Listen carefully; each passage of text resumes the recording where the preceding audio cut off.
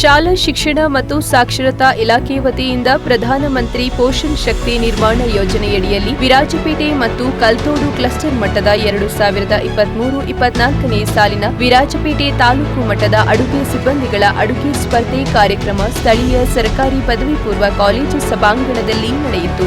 ಸ್ಪರ್ಧಾ ಕಾರ್ಯಕ್ರಮದಲ್ಲಿ ಮಾತನಾಡಿದ ಕ್ಷೇತ್ರ ಸಮನ್ವಯ ಅಧಿಕಾರಿ ವನಜಾಕ್ಷಿ ಅವರು, ಸ್ಪರ್ಧೆಯಲ್ಲಿ ಅಡುಗೆ ಸಿಬ್ಬಂದಿಗಳು ಅತ್ಯುತ್ಸಾಹದಿಂದ ಪಾಲ್ಗೊಳ್ಳುವ ಮೂಲಕ ಪಾಕ ಪ್ರಾವೀಣ್ಯತೆಯನ್ನ ಪ್ರದರ್ಶಿಸಿದ್ದಾರೆ ಎಂದರು. ಜಿಲ್ಲಾ ಸಾಕ್ಷರತಾ ಅಧಿಕಾರಿ ಶಶಿಕಲಾ ಅವರು ಮಾತನಾಡಿ, ಉತ್ತಮ ರೀತಿಯಲ್ಲಿ ಉತ್ತಮ ಗುಣಮಟ್ಟದ ಅಡುಗೆ ತಯಾರಿಸಿ ನಮ್ಮ ಮಕ್ಕಳಿಗೆ ಉಣಬಡಿಸುವ ಅಡುಗೆ ಸಿಬ್ಬಂದಿಗಳನ್ನ ಹೆಚ್ಚು ಪ್ರೀತಿಯಿಂದ ಗೌರವಿಸಬೇಕು ಎಂದರು. ತಾಲೂಕು ಸಾಕ್ಷರತಾ ಅಧಿಕಾರಿ ರಾಜೇಶ್ ಅವರು ಮಾತನಾಡಿದರು.